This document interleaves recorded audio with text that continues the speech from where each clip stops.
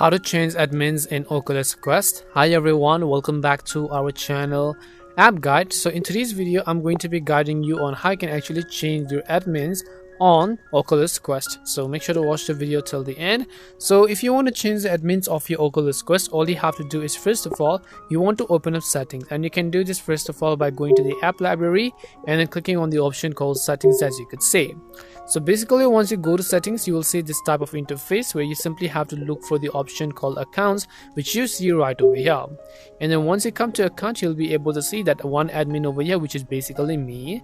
And if I want to add a new account and then make that person admin, it says add up to 3 additional people on this device, and admins can manage settings and permissions for other accounts, right?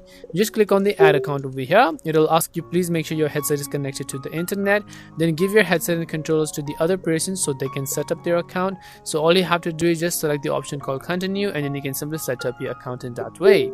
And that's it on how you can go ahead and then simply actually change your admin on Oculus Quest 2. We hope the video was really helpful, and if it did help you, make sure to leave a like and subscribe to the channel. If you have got any more questions, feel free to leave them down. Thank you very much for watching, and see you in the next video.